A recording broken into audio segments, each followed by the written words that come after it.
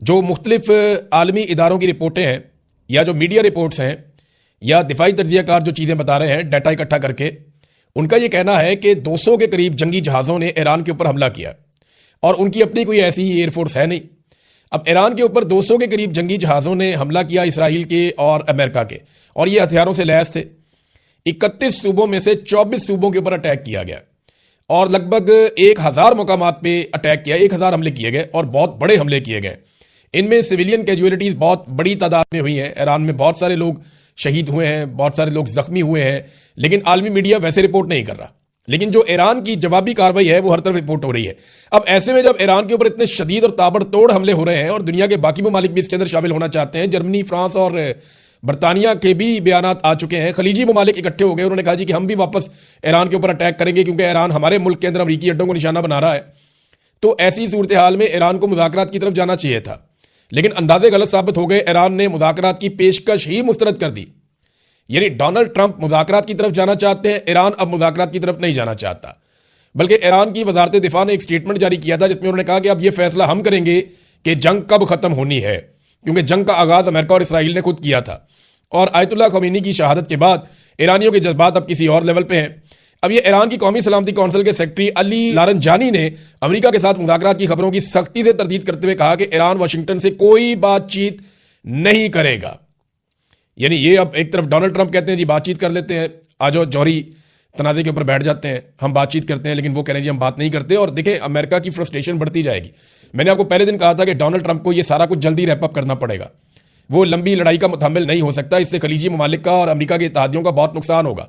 نقصان کا میں آپ کو تھوڑا سا بتا دیتا ہوں کہ پوری دنیا کی جو سٹاک مارکیٹ ہے اس میں بھونچال آ گیا ہے، لوگوں کے اربوں ڈالر ڈوب گئے ہیں اس جنگ کی وجہ سے۔ تیل کی قیمتیں عالمی منڈی میں لگاتار بڑھنا شروع ہو گئی ہیں، 10% اضافہ ہو گیا ہے گزشتہ 24 گھنٹوں میں تیل کی قیمتوں میں، اور مزید 20 سے 25% اضافہ ہو سکتا ہے۔ جو یورپین گیس ہے اس کی قیمتوں میں 28% اضافہ ہو گیا 24 گھنٹے کے اندر، اور وجہ یہ ہے کہ گیس کی سپلائی جو خلیجی ممالک ہے وہاں سے بند ہو گئی ہے، اور 3 جو بحری جہاز ہیں ان کے اوپر اٹیک ہوا ہے آبنائے ہرمز میں، اور اس کے علاوہ جو 150 کے قریب ٹینکرز ہیں جو آئل لے کر جاتے ہیں پانیوں میں، وہ خلیجی پانیوں کے اندر ساحلوں کے اوپر وہ لنگر انداز ہیں، وہ انتظار کر رہے ہیں کہ ہمیں موقع ملے تو ہم ٹریول کریں، جبکہ ایران نے آبنائے ہرمز کو بند کیا ہوا ہے۔ اب یہ ساری چیزیں نا خلیجی ممالک برداشت نہیں کریں گے، اور عالمی منڈی کے اندر بھونچال آئے گا، کاروبار کو بہت نقصان پہنچے گا، اور جو مالی نقصان ہے امریکہ کا، یورپ کا، وہ بڑھتا جائے گا، حتیٰ کہ خلیجی ممالک کا بھی۔ یہ آبنائے ہرمز کیا ہے، ذرا یہ آپ تصاویر دیکھیے، آپ کو یہاں سمجھ آ جائے گی۔ یہ آپ کو سمندر نظر آ رہا ہے، ایک تو کھلا پانی ہے، اور اس کے ساتھ یہ ایران کے اور سعودی عرب کے بیچ میں ایک بالکل پتلا پانی کی ایک لائن ہے۔ یہ اس کا جو کارنر ہے اس کو آبنائے ہرمز کہتے ہیں۔ یہاں پہ ایک طرف یہ عمان ہے اور دوسری طرف یہ ایران ہے، اور یہ وہ رستہ ہے جو لگ بھگ 35 میل چوڑا ہے، بس اتنا فاصلہ یہاں پہ رہ جاتا ہے۔ اس کو اگر بند کر دیں تو دنیا کی جو تیل کی سپلائی ہے اس کا 20% ختم ہو جاتا ہے، پھر گیس کی سپلائی اس کے علاوہ ہے وہ بھی ختم ہو جاتی ہے۔ اب یہ کون کون سے ملک متاثر ہوتے ہیں اس سے؟ عراق، ایران، سعودی عرب، بحرین، قطر، کویت اور UAE، یہ سارے ممالک جو ہیں ان کی جو پیٹرولیم کی تجارت ہے وہ 90% ان کی رک جاتی ہے اگر آبنائے ہرمز کو بند کر دیا جائے تو ایران نے دباؤ کے تحت آبنائے ہرمز کو بند کر دیا ہے، اور اب وہ میزائل داغ رہے ہیں بہت تیزی سے۔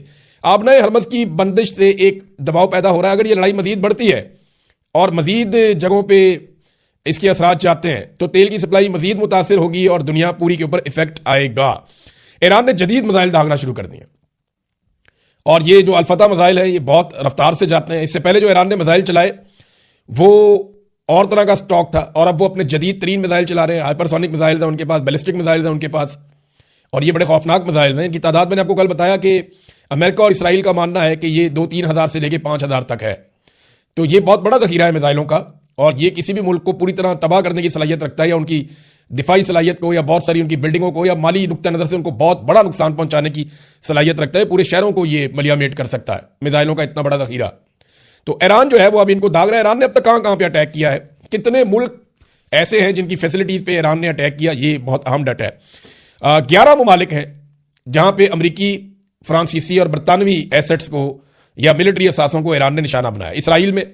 اسرائیل پہ تو ویسے ہی اٹیک کیا ہوا ہے، سعودی عرب میں، UAE میں، قطر میں، کویت میں، اردن میں، عراق میں، بحرین میں، عمان میں، شام میں، طرابلس یعنی سائپرس، یہاں پہ طرابلس جو ہے سائپرس یہ برطانیہ کی جگہ ہے، تو آپ برطانیہ سمجھیں اس کو.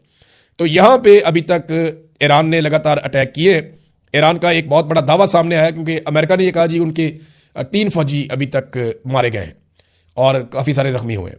لیکن 3 فوجیوں کے امریکہ نے یہ کہا کہ 3 فوجی ہمارے، جبکہ ایران کی طرف سے جو دعویٰ سامنے آیا وہ یہ ہے کہ 560 امریکی فوجی ہم نے مار دیے. اب اس میں سچ بات کیا ہے اس کے بارے میں تو ہمیں اندازہ نہیں ہے، کیونکہ جنگ میں سب سے پہلا قتل سچ کا ہو جاتا ہے، اور جھوٹ کی بنیاد کے اوپر پروپیگنڈا ایک ہتھیار ہے نا، پروپیگنڈا جنگ کا، تو اس کو سب استعمال کرتے ہیں. اسی طرح یہ لوگ بھی استعمال کر رہے ہیں. امریکہ اپنا نقصان چھپائے گا اور ایران جو ہے وہ نقصان زیادہ بتائے گا. تو 560 فوجی ایران کہہ رہا ہے جناب کے مار دیے گئے. الجزیرہ نے ایک رپورٹ دی ہے جس میں الجزیرہ بتا رہا ہے کہ کہاں کہاں پہ کتنے لوگ مارے گئے، اور یہ رپورٹ آج صبح تک کی ہے اور ہر صبح یہ رپورٹ اب آیا کرے گی. لبنان کے اندر، عراق کے اندر، ایران کے اندر جہاں پہ جانی نقصان ہوا ہے، 555 افراد ایران کے اندر صبح تک جو ہے وہ جاں بحق ہوئے ہیں. ان میں بچیاں معصوم اسکولوں کی تھیں. رضا پہلوی کو دیکھیں ایرانی کیوں تسلیم کریں گے. میں ایک بات آپ کو بتاتا ہوں، رضا پہلوی وہ یہ چاہتا ہے کہ وہ ایران پہ آ کر حکومت کرے، لیکن ایرانی اس کو تسلیم نہیں کریں گے. ایران کی قوم کسی اور طرف نکل گئی ہے، وہ بہت پیچھے رہ گیا. رضا پہلوی نے جو ٹویٹ کیا، جو بیان دیا، اس نے کہا کہ 3 امریکی فوجیوں کی شہادت کے اوپر میرا دل خون کے آنسو رو رہا ہے، یہ رضا پہلوی نے کہا. اب اس پہ تو ایرانی قوم خوش نہیں ہوگی، وہ تو نفرت کرے گی، کیونکہ وہاں پہ سینکڑوں بچے قتل ہو گئے ہیں، معصوم بچے مارے جا رہے ہیں ایران میں، سویلینز مارے جا رہے ہیں، ان کے اوپر ایک لفظ نہیں بولا. اور دوسری طرف اس نے یہ سٹیٹمنٹ دیا ہے. تو رضا پہلوی کو پورا کا پورا جو عوامی نقطہ نظر سے یا ایرانی عوام کے اوپر اس کا بھروسہ نہیں ہے. اس کا بھروسہ صرف 2 جگہوں پہ ہے. ایک اس کو امریکہ اور اسرائیل پہ ہے کہ یہ مجھے اقتدار دلوا دیں گے، طاقت دلوا دیں گے ایران میں. دوسرا اسے یہ لگتا ہے کہ جو ایران سے بہت سارے لوگ جلا وطن ہیں گزشتہ 30-40 سال سے، وہ اس کے ساتھ بڑی تعداد میں ایران میں چلے جائیں گے مختلف ممالک سے، اور وہ اس کو سپورٹ کریں گے. لیکن وہ تو آٹے میں نمک کے برابر بھی نہیں ہے، تو ایرانی قوم اس کے ساتھ کھڑی نہیں ہوگی. یہ کوئی عراق ٹائپ کی صورتحال بنا دیں گے اگر ایران کے اندر زمین پر بھی اترتے ہیں تو رجیم چینج آپریشن تو تقریباً ناممکن دکھائی دے رہا ہے. دنیا کی اسٹاک مارکیٹ میں نے آپ کو پہلے بتایا کہ وہ اڑ گئی ہے. ناظرین اب آ جائیں ذرا پاکستان کی صورتحال کے اوپر. ایک تو پاکستان کے اندر مظاہروں میں جو لوگ شہید ہوئے ان کی تعداد کے بارے میں پتہ چلا ہے. اب کچھ کنفرمیشن آ رہی ہے. 16 افراد کراچی میں شہید ہوئے ہیں مظاہرین، 6 اسلام آباد میں شہید ہوئے ہیں، اور یہ سیدھی فائرنگ کی گئی ہے پولیس کی جانب سے. اب تو باقاعدہ ویڈیوز اور تصاویر آ رہی ہیں کہ رینجرز اور پولیس نے سیدھی فائرنگ کی ہے. کراچی کے اندر تو بندے مار دیے، اور اس کے بعد اسلام آباد میں 6 لوگ جو ہے وہ قتل کر دیے، بہت سارے زخمی کر دیے. 7 گلگت بلتستان میں اور 6 سکردو میں. تو اب تک کی صورتحال میں 35 لوگ شہید ہو چکے ہیں پاکستان میں. گلگت بلتستان اور سکردو کے اندر جو ہے وہ کرفیو نافذ کر دیا گیا ہے لا انفورسمنٹ کی جانب سے کہ جناب وہاں پہ لوگ اب باہر نہ نکلیں. جبکہ پاکستان میں بہت ساری پروازیں منسوخ ہو گئی ہیں. پاکستان کے اندر جو ہے وہ پشاور سمیت دیگر ایئرپورٹس کے اوپر اب پروازیں منسوخ ہو گئی ہیں اور وہاں پہ لوگ ٹریول نہیں کر پا رہے ہیں. یہ ہے ناظرین صورتحال. اور انٹرنیشنل فلائٹس تو ویسے ہی ختم ہو گئی ہیں اس پورے ریجن کے اندر. پاکستان کی حکومت کے لیے ایک بہت شرمناک صورتحال تب پیدا ہو گئی ہے جب صحافیوں نے ان سے یہ سوالات کرنے شروع کیے کہ آپ امریکہ کا نام کیوں نہیں لیتے. بلاول زرداری یہ جناب پہنچے کیونکہ ان کے والد نے خطاب کرنا تھا، تو یہ پارلیمنٹ آئے تو صحافیوں نے انہیں گھیر لیا. انہوں نے پوچھا اور بار بار پوچھا بلاول سے کہ بلاول صاحب آپ امریکہ کا نام لے کر تنقید کیوں نہیں کرتے، آپ امریکہ کا نام لے کر کیوں نہیں کہتے اور مذمت کیوں نہیں کرتے. میں وہ سوال آپ کو سنواتا ہوں جو جرنلسٹ وہاں پہ سوال کر رہے تھے، اور بلاول بالکل خاموشی سے ایک لفظ بولے بغیر آگے بڑھتے چلے جا رہے تھے اور جواب دینے سے گریز کر رہے تھے. یہ صورتحال ان کے لیے پیدا ہو گئی اور یہ بڑی شرمندگی والی صورتحال ہے. یہ ذرا آپ سنیے اس میں کیا ہوا. آپ کے نوبل انعام کے آپ بھی حامی ہیں، اب بھی ٹرمپ کے نوبل انعام کے عام ہیں.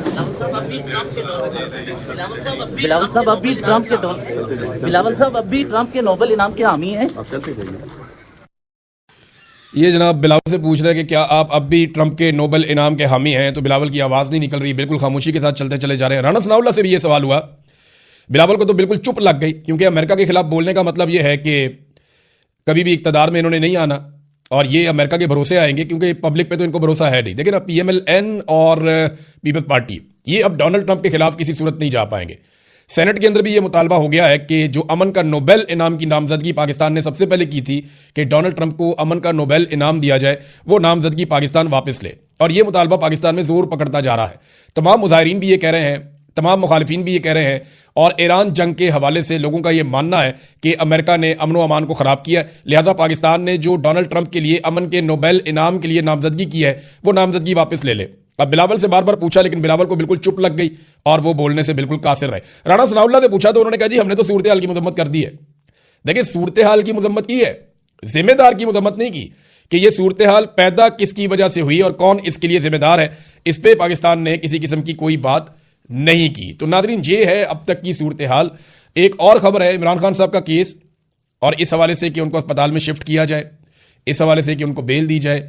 یہ معاملات اسلام آباد ہائی کورٹ میں چل رہے ہیں. سپریم کورٹ نے تو ہاتھ کھڑے کر دیے. اور اب کل کا دن بڑا امپورٹنٹ ہے. میں اگلے ویلاگ میں آپ کو بتاؤں گا تفصیل سے، باقی خبروں کے ساتھ ساتھ یہ بھی کہ اسلام آباد کے اندر ہائی کورٹ میں عمران خان صاحب کا کیس کل کے دن کے لیے لگ گیا ہے، اور اس میں کیا پیش رفت ہو سکتی ہے، کیا واقعی عمران خان صاحب کو اسپتال شفٹ کیا جا سکتا ہے. ہاں، ایک اور بڑی خبر جو میں مس کر گیا، اور یہ واقعی بہت بڑی خبر ہے کہ سعودی عرب نے ایک گلہ کیا. ایک تو ارامکو دنیا کی مشہور ترین اور بہت بڑی ایک سائٹ ہے، ریفائنری ہے، آئل ریفائنری، سعودی عرب میں عارضی طور پہ بند کر دی گئی ہے. اس کے اوپر بھی ایک اٹیک ہوا ہے، لیکن ایران نے یہ کہا ہے کہ یہ اٹیک ہم نے نہیں کیا. دوسری ایک اور بات یہ ہے کہ سعودی عرب نے ایک گلہ کیا ہے امریکہ سے، اور یہ بہت بڑا گلہ ہے. سعودی عرب نے کہا کہ امریکہ اپنے پورے ہتھیاروں کے ساتھ ایئر ڈیفنس سسٹم کو اسرائیل لے گیا، اور اس نے اسرائیل کی پروٹیکشن کی ہے، اور ہمیں ایرانی میزائلوں کے سامنے اکیلا چھوڑ دیا. یہ سعودی عرب نے گلہ کیا امریکہ سے. تو یہ تو بات ٹھیک ہے.